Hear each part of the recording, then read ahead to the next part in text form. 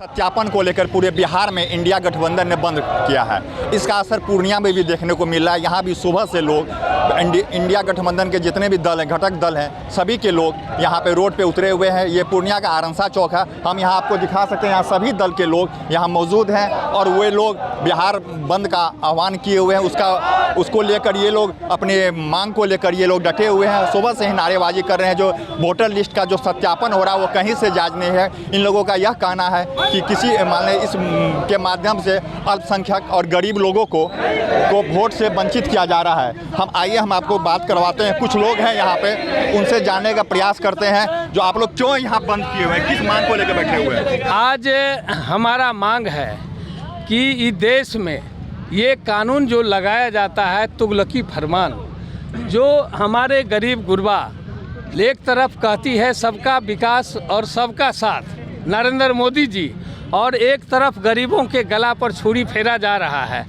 ये 1 महीना 26 दिन में ऐसा कौन सा देश है, और सब देश है वहाँ कहाँ किया, लेकिन बिहार में जब चुनाव की बारी आई है तो गरीबों के ऊपर छुरी चलाने का काम कर रहे हैं। गरीबों पे छुरी चलाया जा रहा है, उनको वोटर लिस्ट से अलग है। हमारे साथ राजद के जिला अध्यक्ष भी मौजूद हैं, उनसे भी बात करने का प्रयास करते हैं। क्यों आप सड़क पे बैठ गए हैं? देखिए, जैसा कि आप लोग जान रहे हैं कि 2025 में विधानसभा चुनाव आने वाला है और इस चुनाव में इंडिया गठबंधन की जीत को देखते हुए जो भाजपा की जो केंद्र की जो सरकार है, जहां के माननीय प्रधानमंत्री जी और निर्वाचन आयोग, ये दोनों मिल करके बिहार में सत्ता को रोकने के लिए इस तरह से जिस तरह से कि उन्होंने नोटबंदी का खेल किया था, ये चुनाव में वो वोटबंदी का खेल शुरू किया है। कहीं ना कहीं उससे ये डर है कि बिहार की सत्ता हमारे हाथ से जा रही है।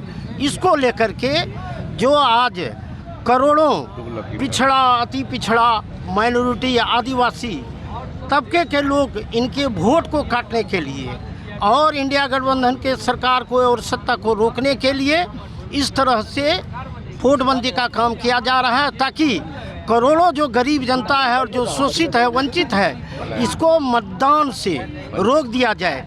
जैसा कि आप जानते हैं कि बिहार से लगभग 5 करोड़ पलायन कर चुके हैं, लोग बाहर हैं। आज अगर मतदाता सूची की बात आती है तो आखिर वो मतदाता सूची में उसका नाम कैसे आएगा? तो कहीं ना कहीं ये वोटबंदी करके मतदान सूची में गरीबों का, पिछड़ों का, अति पिछड़ों का, माइनॉरिटी के वोट को रोकने का काम किया जा रहा है। सरकार कहीं ना कहीं एक तरह से ये वोट बंदी कर रहे हैं, जिसको लेकर ये लोग की मांग है। हमारे साथ रिंकू यादव जी भी हैं जो कांग्रेस के हैं, ये बताएंगे क्यों आप लोग इस तरह का। देखिए, बेईमानी तो उसी समय नज़र आ गया था जिस समय चुनाव आयोग के चयन में CGI को हटा दिया गया। आपको पता होना चाहिए कि चुनाव आयोग के चयन प्रक्रिया में माननीय चंद्रचूड़ जी ने कहा था कि एक पक्ष का नेता, एक प्रतिपक्ष का नेता, एक CGI रहेगा। तो उस दिन अध्यादेश ला करके 2 पक्षीय कर लिए, एक प्रधानमंत्री का मंत्री, एक विपक्ष का नेता। तो 2 वोट तो उसको पहले हो गया। तो बेईमानी तो उसी दिन नजर आ गई। बेईमानी उसी दिन। हमारे साथ अल्पसंख्यक के भी नेता है, ये क्या लगता है, अल्पसंख्यक को वोट से वंचित किया जा रहा है क्या? देखिए, ये बिल्कुल एकदम अघोषित NRC है।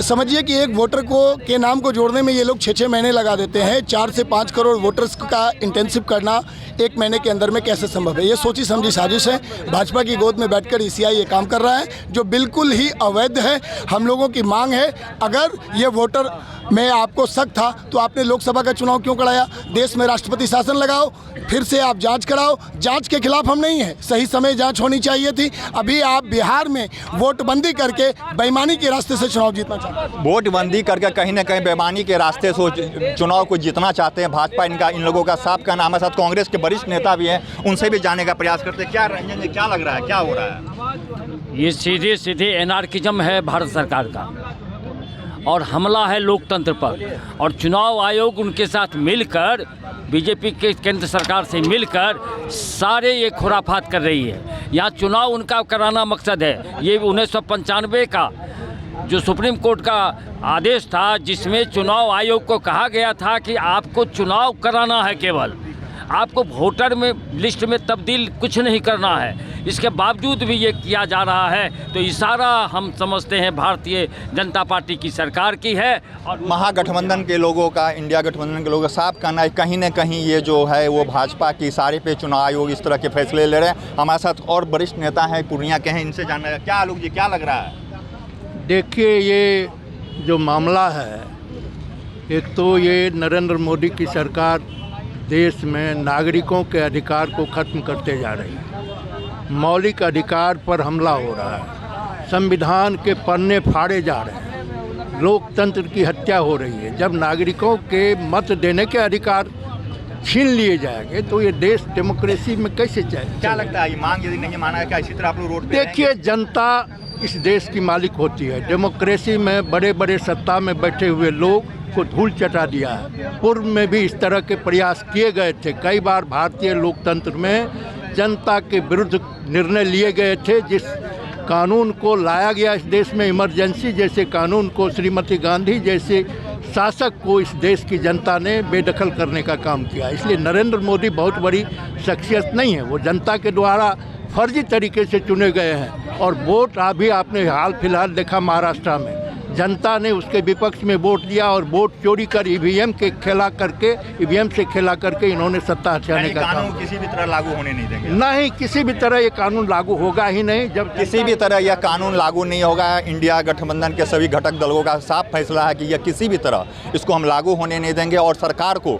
ये तुगलकी फरमान को हटाना ही पड़ेगा। बिहार तक के लिए पूर्णिया से स्मित कुमार।